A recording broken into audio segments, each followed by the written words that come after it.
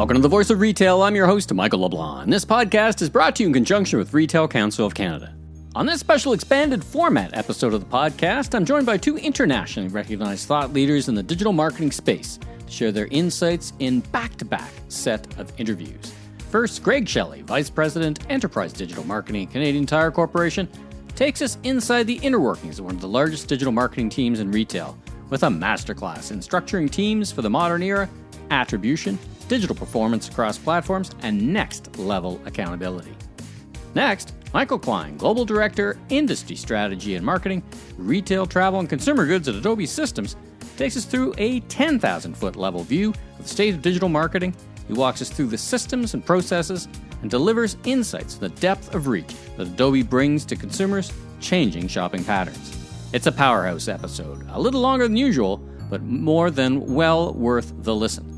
And I know for the listeners and subscribers, as the summer is finally here, this is the final Monday episode of the Voice of Retail podcast for the summer, now moving to weekly with Friday episodes for the balance of the summer. Greg, welcome to the Voice of Retail podcast. How are you doing this afternoon? It is great to be here, Michael. How are you?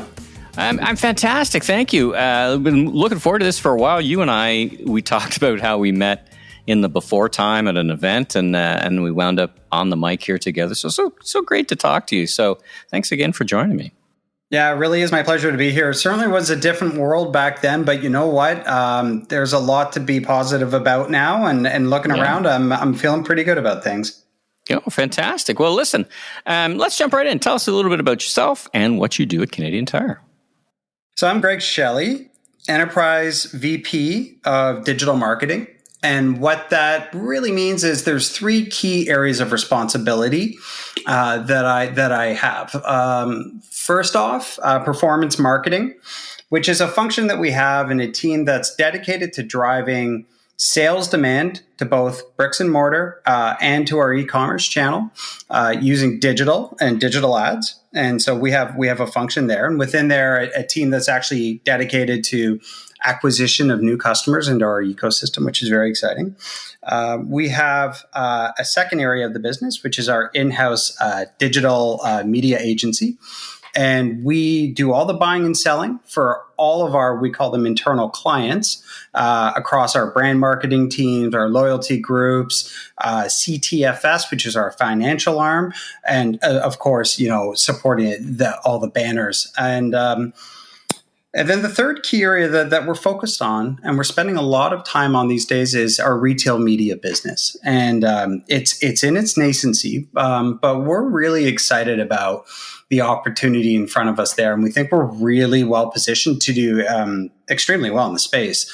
But we are very much taking a very methodical approach to that one. And it's a small team today, but we're excited for what the future holds. And what's your background? How did you get into digital? Were you always digitally savvy, or at least digitally curious, or did you find your way into it because you were a performance marketer? How did you find your path? It's an interesting story, and to make a very long story a short one, I thought that my path was going to be in technology. I did my Microsoft systems engineering. I thought definitely that was my path out of university. I took a job at Dell, which was, exactly where I wanted to be. While I was there, this would have been in the early 2000s, I actually made a lateral move into the e-commerce department, which really was the start of my journey in digital. Eventually, that e-commerce profile really did migrate into ads, and started a little bit of some of the more on the media side, started looking at demand generation and a lot of the partner relationships we had with the Intels and Microsofts of the world. And I did that. That was my first gig. And what I realized near the end of my time was I was very interested in what some of the subject matter experts did, who would come and support our business. And I said, you know what, I kind of want to go deep in an area and really get to know it. And so eventually I left and I took an analytics job at McDonald's. Basically, we as a team, and my accountability as a senior manager there was business insights, marketing analytics, demand planning and forecasting of products, and optimizing our promotional calendar alongside with marketing to make sure that the campaigns we were doing, the products we were bringing to market were relevant and that we were driving lift in the business. And so that's where I really learned about how analytics and being data driven can drive such material results. And really, it's a different language you speak. And so I had a few fantastic years there. I think I was there about 4 years. And then I made the move to Canadian Tire. And that was done. My mentor and great friend, Jason Blanchette, he was the one who had brought me into McDonald's. And he left to Canadian Tire just ahead of me. So you know how these things go. We spoke, about opportunities over there. And within about a year, I'd gone to Canadian Tire. When I started there, I really did start in a similar field to what I was doing at McDonald's. And then fast forward, and they said, you know what, the analytics work has been good, but we could really use your help in digital. And that's really what got things started. And I think we were a team of, we had 2 people on marketing or digital marketing when we started on all the demand channels. And we've grown that performance marketing function significantly and layered on, like I said, the in-house agency, and we've grown that way. And now with the retail media side, we've had some real growth. So anyway, that's the story of how I kind of came to be in the position I am. So thinking I was going to be in technology, I suppose I am in a way, and took a very different path to get there. Well, and of course, this podcast is not a history lesson, but for those who may not remember, I mean, Dell, you were talking about Dell. Dell was a powerhouse selling online. I mean, I remember full page ads with custom URLs. I mean, they were early pioneer in direct to consumer selling. So that's a great pedigree to bring to any background. They did, as the kids would say, bank. In terms of, they sold a lot of units direct. Yeah. I bought a few of them myself. For the international audience, because there's no one in Canada who wouldn't know the answer to your question, but just describe Canadian Tire a little bit, because you've talked about working at the enterprise level, and you've talked about a little how many banners, and I guess including that, your scope of work, does it cover all banners and all brands? Just give us chalk the field for us a little bit. The reason why it is called Canadian Tire is the original store is about 100 years old. We're actually celebrating our 100th anniversary this year. Got my coffee. We have 500 locations of the Canadian Tire retail brand in Canada. And over the years, we've begun to make acquisitions. So when we talk about enterprise, we talk about some of the acquired companies over the years. Things like, so Canadian Tire, to describe Canadian Tire, clearly started with tires and an automotive focus. But what the founders had seen over time, the Billis brothers, was that customers were typically on their way on a vacation or doing whatever it is that life in Canada was all about. And they would catch these customers as they were preparing for their road trip and getting themselves ready. And they started to widen their assortment to meet the needs of their customers before they would go. And so we've, over the years, expanded the assortment. And now, actually, it's quite a wide offering across anything that's living, fixing, playing, seasonal and gardening, and automotive. So it's a store that you walk in. It's a large store, wide array of product, but you know what? Canadians know what we're all about, and it's a bit of a unique thing here. I was sharing off mic that I was touring some Australian retailers this weekend in Toronto, and of course, Canadian Tire is always on the stop, and they're just a little bit just wide-eyed when they walk in, because there's nothing quite like it, right? I've heard it described as a European hypermarket for men, which isn't really a fair description either. But, I just started laying on them, probably the biggest retailer of kitchen appliances. And they're like, what? It's Canadian Tire? Isn't it all automotive? Like it really turns their heads around a little bit, because there's nothing quite like it. So yeah, so that's the base foundation. And you were about to say also we've got some banners that support it, right? Yeah, and over the years there have been acquisitions that have been made. One of them is a sports retailer called SportChek. That would be similar to your American audience for a Dick's, I suppose, would be the closest comparable. We have an industrial clothing retail chain called Marks.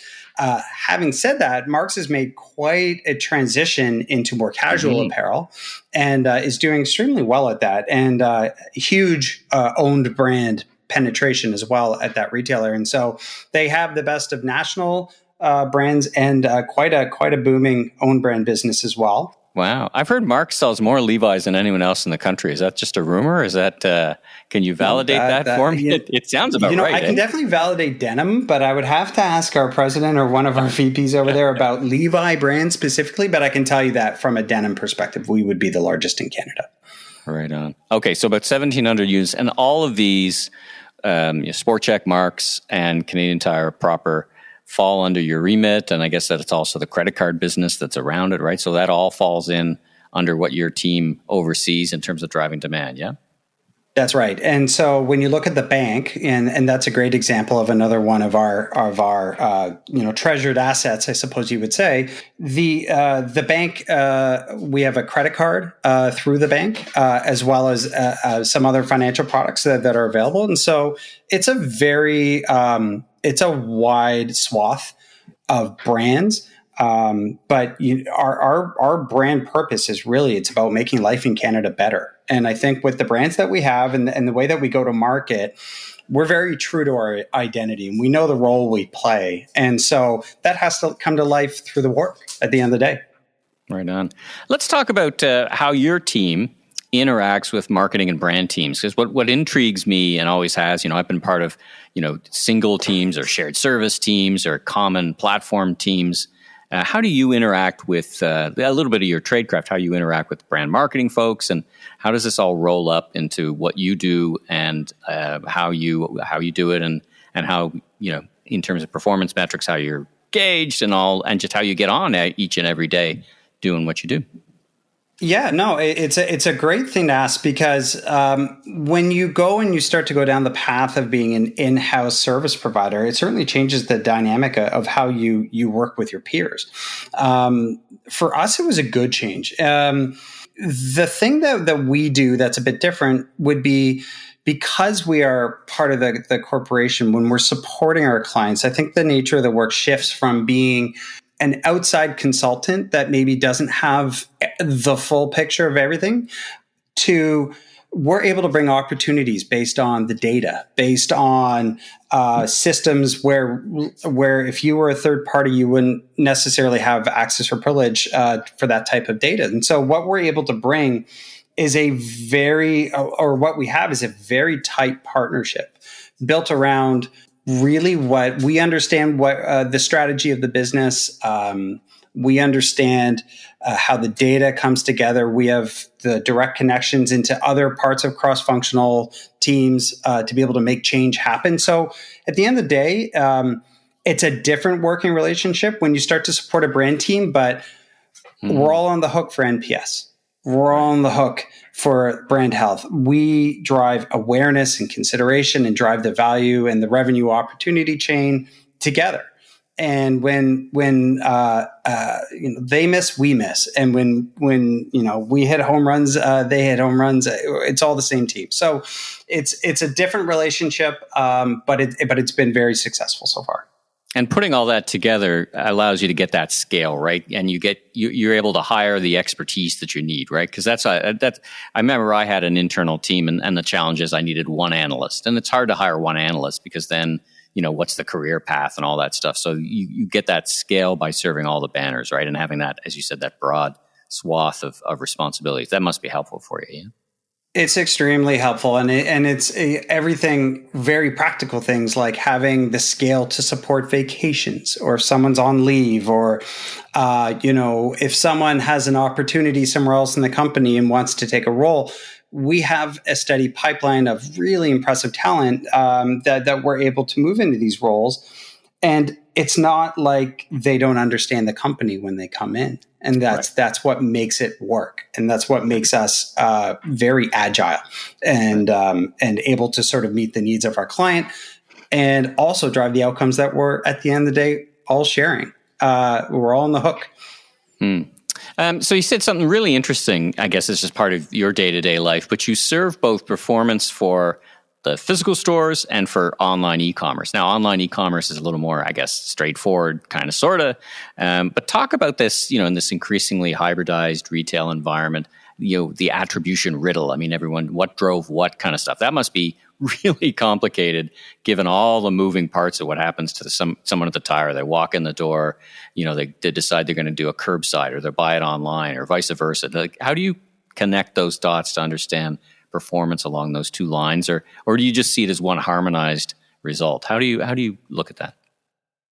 Yeah, I think we definitely don't see it as one harmonized result. We have to be customer centric, and that might sound generic, but I'll unpack it a bit. Because actually, you know what? Maybe one more history lesson. I know we talked a little bit about the 100-year-old retailer. One more history lesson, and that's the Canadian Tire Money Program. So, for your international audience, if you forever, I believe it's probably 60 years at least, where we've had paper money that you get printed by the Canadian Mint. I should also footnote. And so when you would get change from the cashier, they would give you some Canadian Tire money. And it was an early form of a loyalty program. Not uncommon in Canada for most households, or at least a lot of them, to have shoe boxes full of Canadian Tire money. I'm sure I still have $1 or $2 in my glove box of any car I've ever had. I mean, I came across a full $1 the other day myself, and that was pretty. That's a good one to have. You know what, though? It is interesting, though, because it really does exemplify what Canadian Tire is and how penetrated we are now in the Canadian market. And so fast forward, because the question is about attribution. So we digitized that program in 2012, I want to say. And what that gave us was a rich data set. And we started to understand customers and individuals and how behavior of how customers shopped us, what categories they liked, who was spending and where. As a digital marketer, that becomes very valuable information. It allows us to unpack a lot of things. And probably one of the, if not the biggest benefit on a campaigning perspective, if you think of it from a corporation perspective, is the ability to expose and control customers to ads.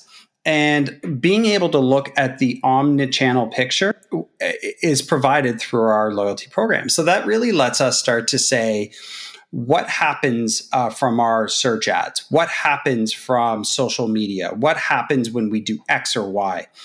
And when you connect that capability with an agile operating model, and that could be a little agile, really what you get is an iterative approach to getting better every day using a very customer-centric approach to campaigning. And we can talk dollars and cents as it relates, and we can talk about incremental as a result of our ads. Moving away from the years of talking about clicks and impressions and things like that, listen, still matter.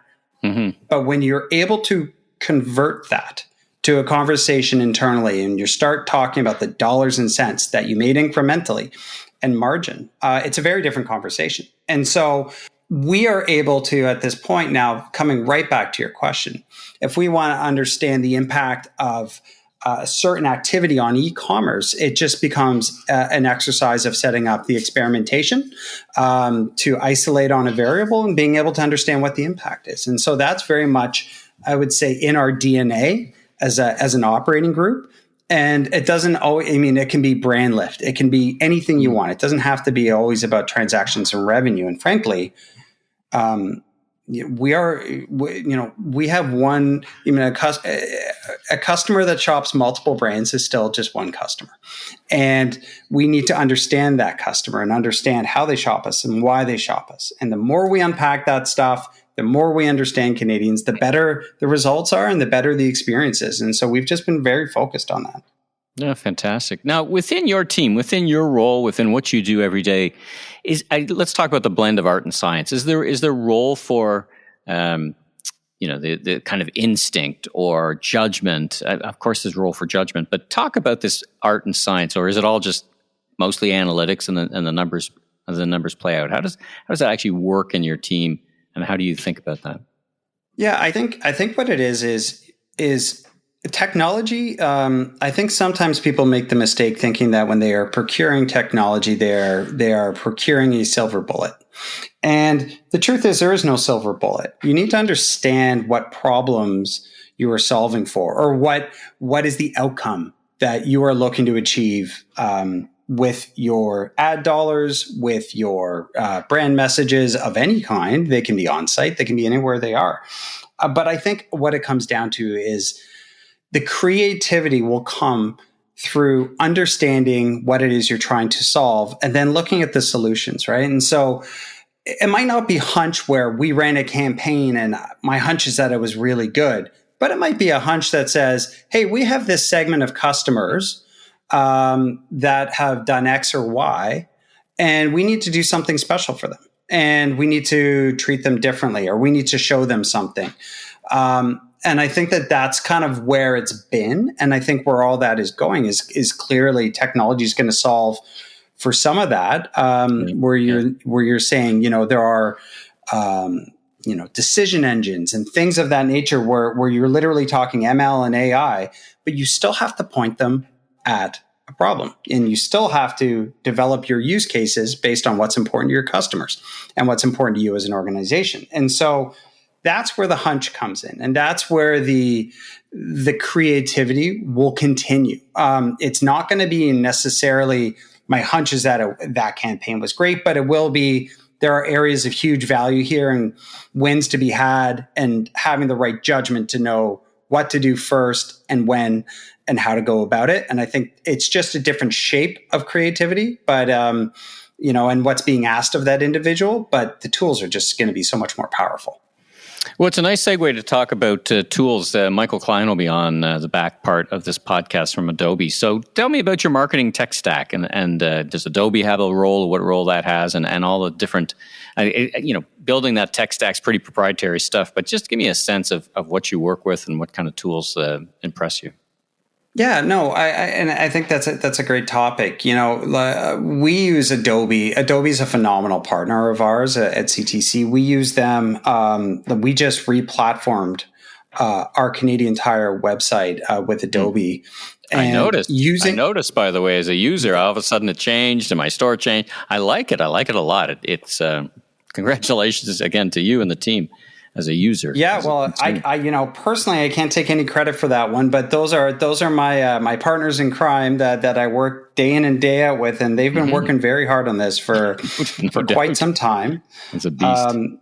And so Adobe Experience Manager was our solution there, and being on the right cloud platform to be able to give us the scalability when we need it, reliability, and at the same time integrating everything we've learned about our customers and the experience improvements we've frankly made. Our websites come light years over the last few years.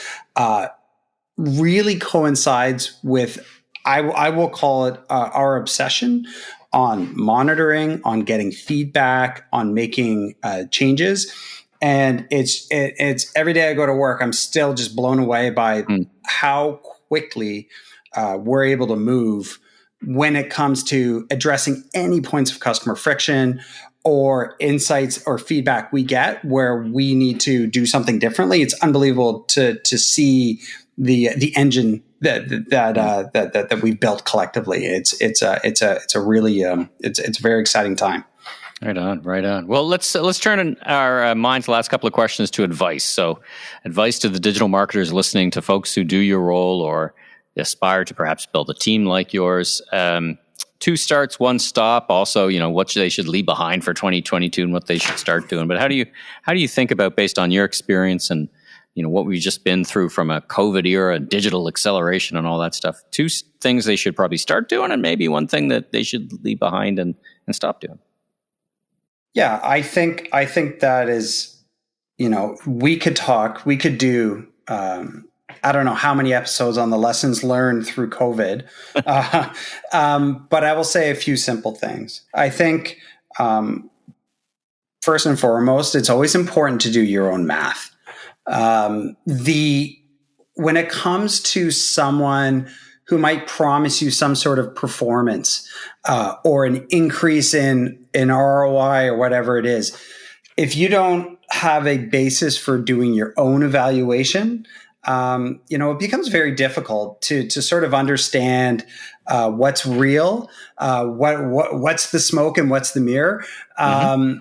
When you have data that's accessible and you have the talent and the teams to be able to interpret the data and make whether it be an analysis, and you can do your own math, like I said, or pull insights. Being able to do that in-house just makes you a much smarter client and leads you down the right path more than not. So I'd say, first and foremost, do your own math.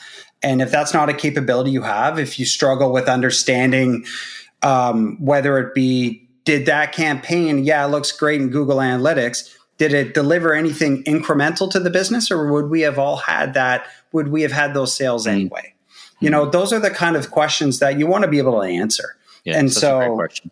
Yeah, and so I think that's one thing. And I think one of the dependencies to be able to do that leads me to my second point, which I'd say it's really important to build out your own ecosystem of experiences and capture the user event, and essentially whether that be a sign-in, an opt-in, whatever that might be, being able to have a direct line to the consumer and being able to start to segment your customers is critical. If you're not doing that, really what you're doing is talking to everyone in the exact same way. And you're different than I am. You're going to be shopping for barbecue parts probably, and I'm going to be in there. Maybe I'm looking at brake pads because I have a car that's going to need a service coming up soon, and I like to do that in my driveway.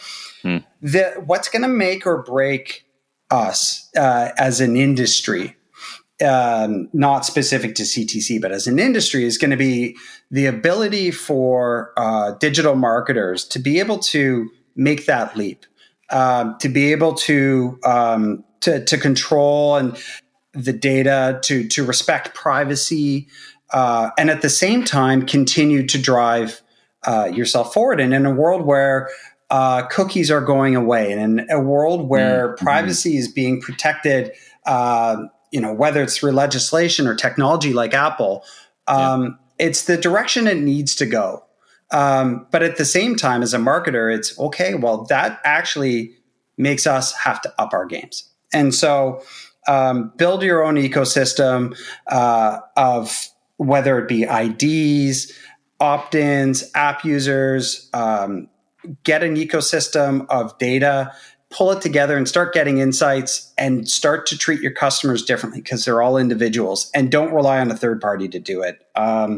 You're going to have to, though that's your data. It's actually the customer's data, and they've trusted you with it.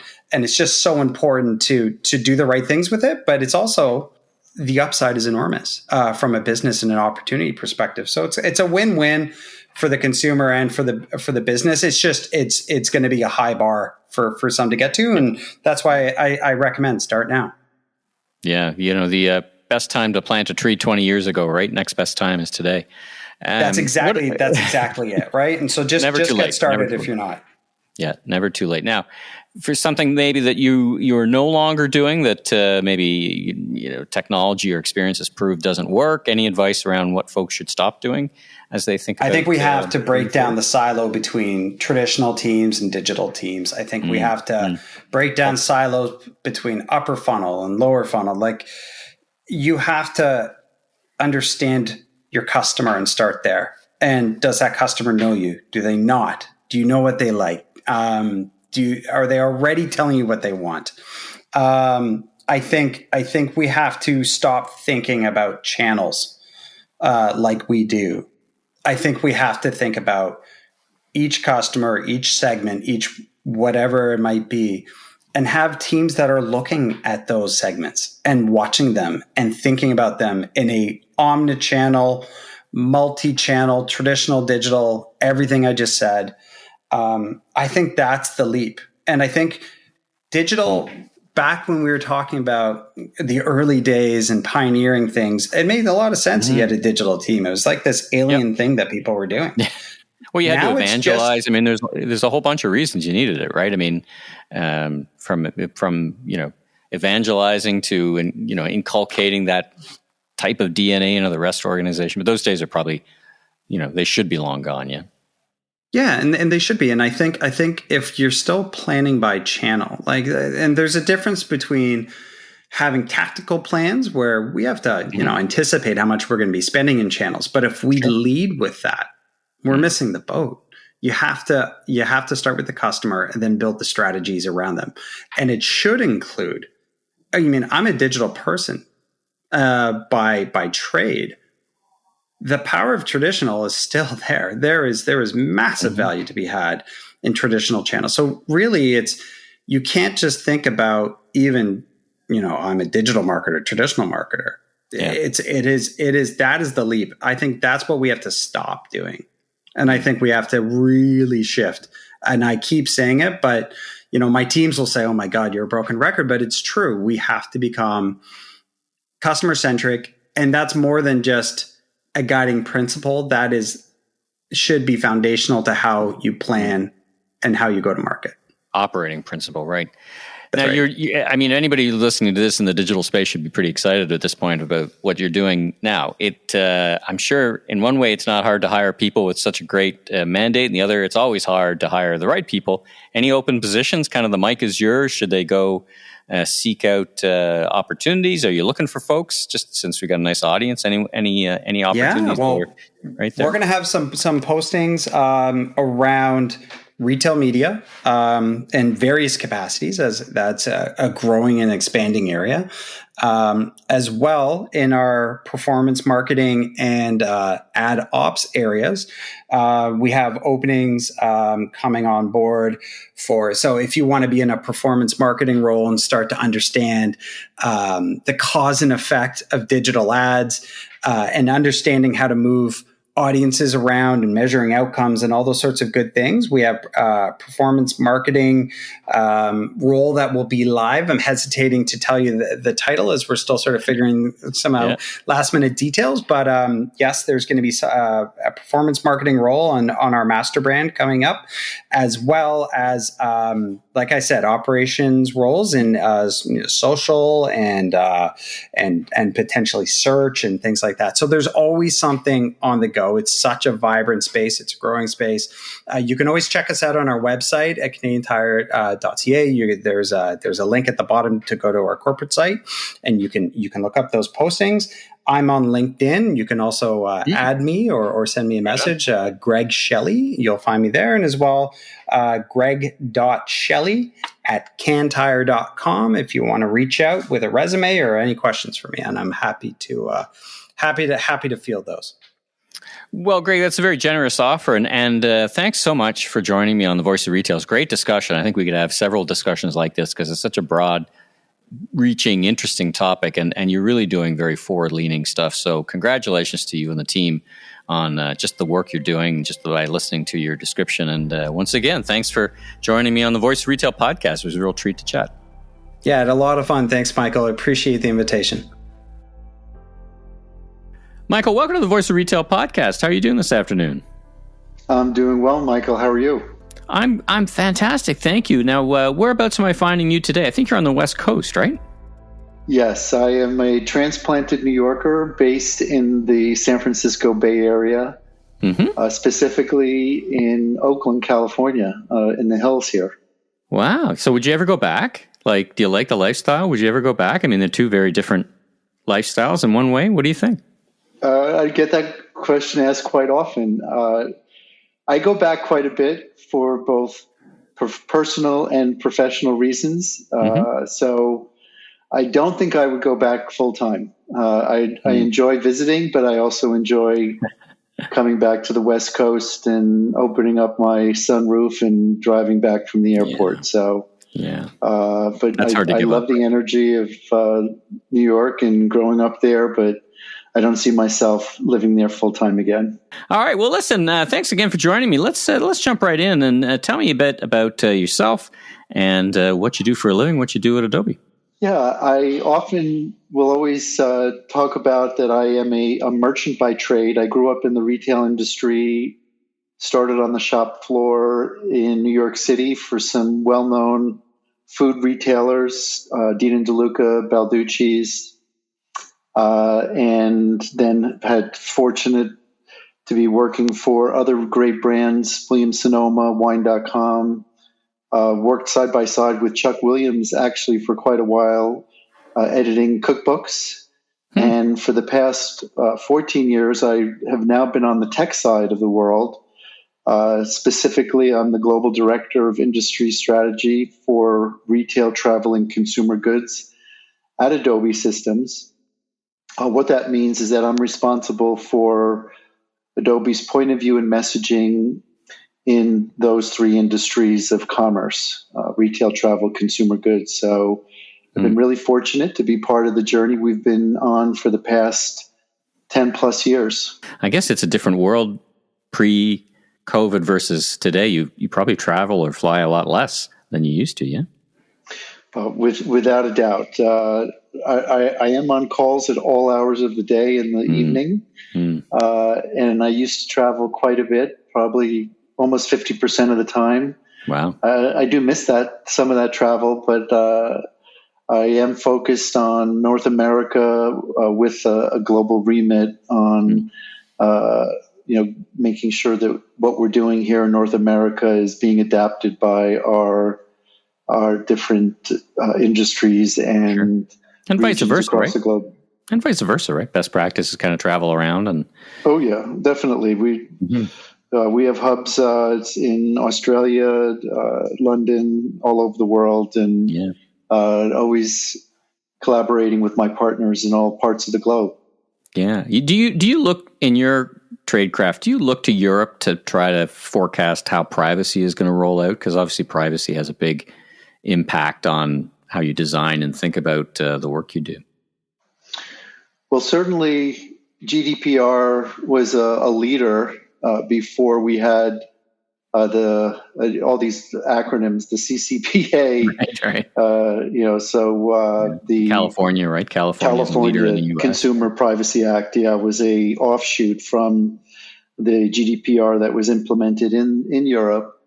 We certainly see different nuances, even within the European Union, of how folks are looking at privacy, what they're willing to share, what they're not willing to share, how that leads into personalization and the experiences that one can deliver. So, I would certainly say that we are keeping an eye out first and foremost to what is happening in Europe and how that's affecting some of the privacy governance issues that we're seeing crop up in consumer sensitivity to how data is used.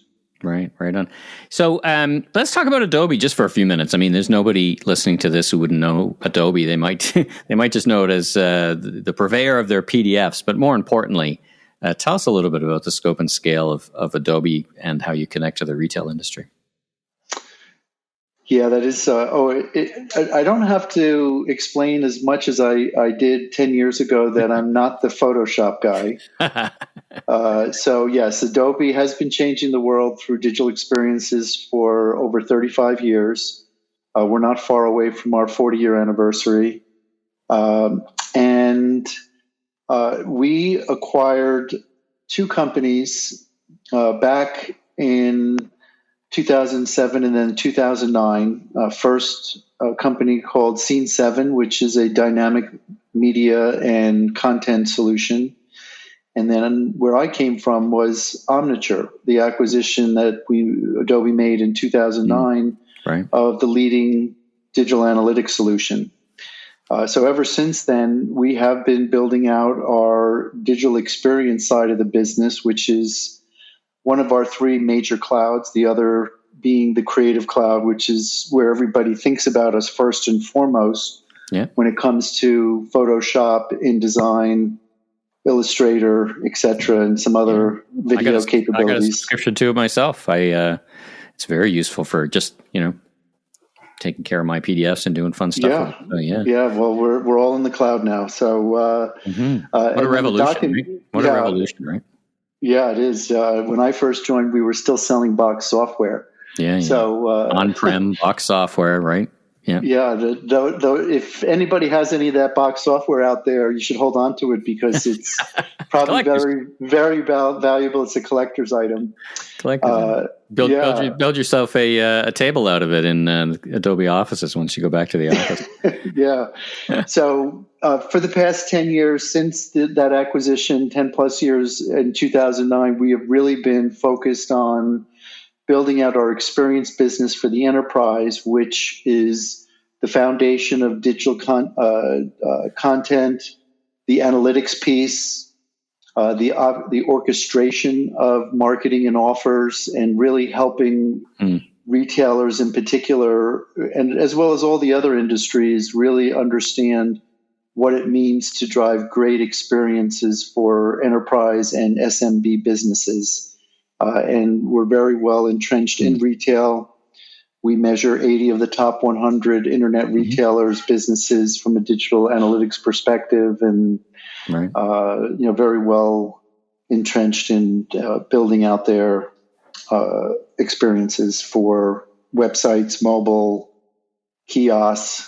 Even if you walk down the Strip in Vegas and you see large billboards, some of that is actually being run and managed by Adobe technology.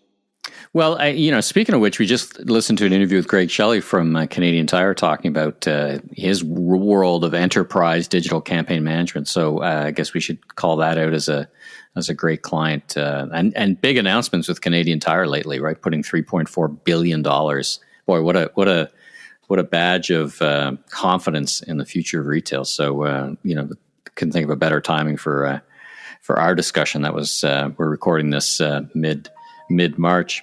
That's my phone. Sorry. So let's talk about a couple of things in specific, and then we'll get to some things in general. So I was looking at a couple of reports that you sent me, and I'll put links into these reports. And the first one I want to talk about is the report that was done, just kind of a look back at holiday 2021. So I don't want this to be a history lesson, but I'm wondering if you could share, just specific to that report, any insights that you think are valuable to the listeners, to the retailers listening, that they should take forward to 2022. I mean, we are all wondering a little bit about exactly how many lessons can I learn from these strange COVID years. Here in Canada, we had a lot of retailers pull the business very aggressively forward into November, purposely, do very, very different things from a flyer perspective. They weren't sure they were going to get their items, so they left a bit of money on the table, some of them, because they couldn't have that kind of certainty of having the flyer items and all that kind of stuff, and relied more on digital. But if we sit back and say, okay, out of all that, from what you observed, from what Adobe observed, from all their many clients, what lessons should retailers take forward as I think about holiday 2022? Yeah, I think first, as you indicated, Michael, we talked a lot about the tale of three seasons and the lengthening out. We've often talked about Cyber Week or Cyber Days with Black Friday, Cyber Monday here in the U.S., and I know Thanksgiving is a little bit earlier in Canada than it is here in the United States, but nonetheless, as we think about the 61-day time period from November 1st through December 31st, we certainly see a big shift in consumer dollars going earlier in the season, and consumers making sure that fear of missing out, the FOMO, that they're not going to get that great item that they were looking for their kids or their family members or loved ones, coworkers, whatever it may be, that they're making sure and also hearing from the media, certainly on the supply chain issues that we're all well aware of that are happening out there. So the ability to make sure that you're in position with inventory early, we typically, that report that you've indicated historically has run November 1st through December 31st. We did that again this year, but I would envision in future years that we're probably going to start to open the aperture and start to include some of the October numbers as well in our holiday report, because people are getting out there both on the consumer as well on the brand side earlier than they have ever in the past. So do we learn from that? And you think that's going to stick around? I mean, 2022 is probably, well, now definitely thanks to the war in the Ukraine, another complicated year in supply chain. But you think that that's a habit that's going to stick? Because, if you and I cast our minds back, when you and I were, 10 years ago, December was a big month. E-commerce, these other things have moved it. But you think that's a permanent shift, this bring forward of sales? Or do you think at some point it might normalize? I mean, I don't know. We're trying to make up history as we go here. What do you think? I don't think it's going to completely go back to where it was beforehand in any way, shape, or form. We had already been seeing a little bit of this shift occur, and certainly the current situation with supply chain and pricing, availability of raw materials as well as finished goods, that may be alleviated a bit as we come into 2022 holiday season. However, I think we've all become a little bit more conditioned to making sure that we have that item, and we've been tracking out of stock. We're seeing 5x increases in out of stock messages over the past few years. Wow.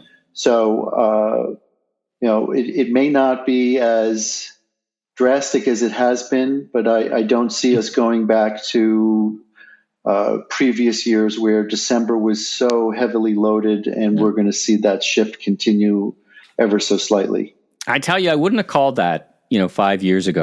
That wasn't a space on my bingo card where I would have said, consumers are going to become better planners and less ad hoc, because I thought, and it may pan out this way, that, as you get to same day, next day, internet experience, efficiency, delivery, consumers are just going to keep waiting. But it's not kind of, for a whole bunch of reasons, not exactly panning out this way. It kind of surprised me.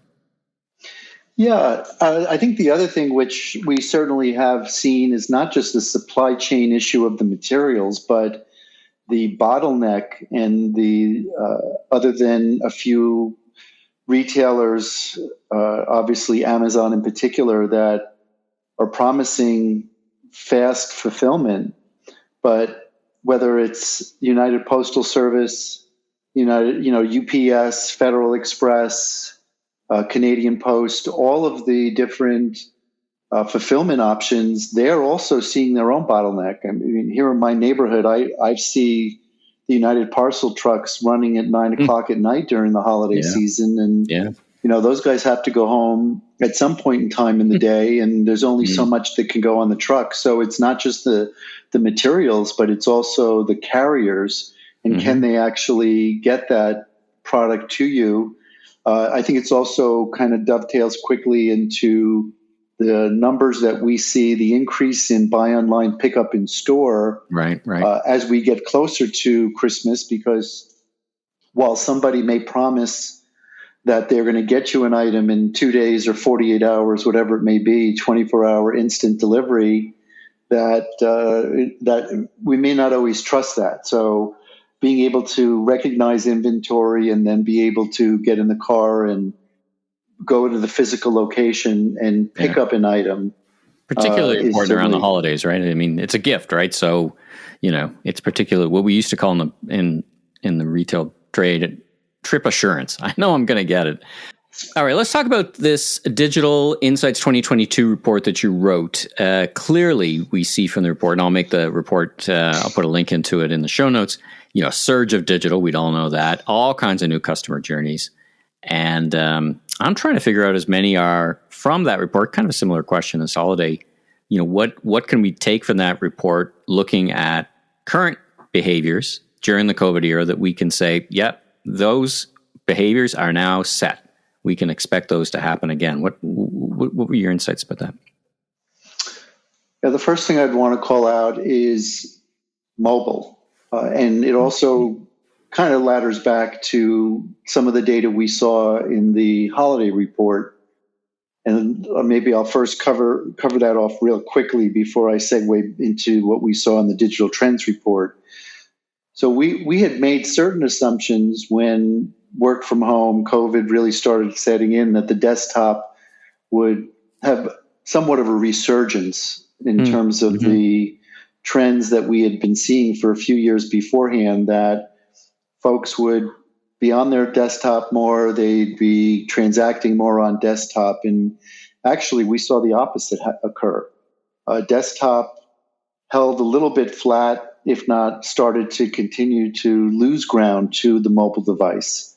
We now see over 40% of revenue going through a mobile device, where we already had eclipsed traffic. Over 60% of traffic is going through the mobile device. And I always talk about mobile being the perfect bridge between the online and the offline space, being able to go from the home. We also know, I think there's a lot of statistics, not our data, that folks are working from home. They're in front of their laptops 8, 9, 10 hours a day, and they're basically sick of it. They want to. When nighttime comes around and I'm sitting on the couch, I don't want to have my laptop. So we see a lot of commerce happening in the mobile space, even with this whole work from home, COVID, shelter in place that we've had to deal with over the past couple of years.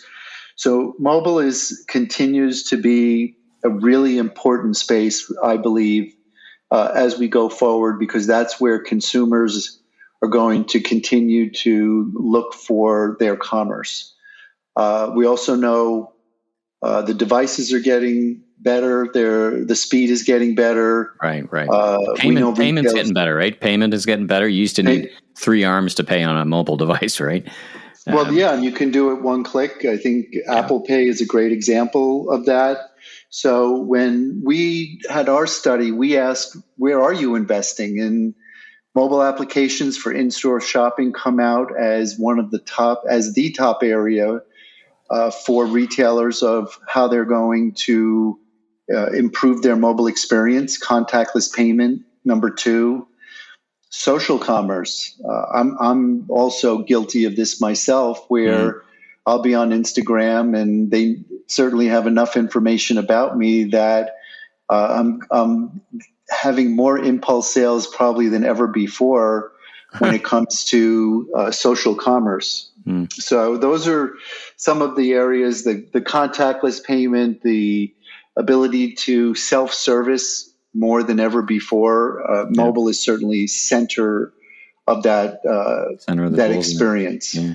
So it's intriguing what you actually, a good segue, as I think about your personal experience that you were just relating about shopping, from Instagram as you're buying old Adobe boxes that used to be on-prem and building furniture from them or whatever you're doing.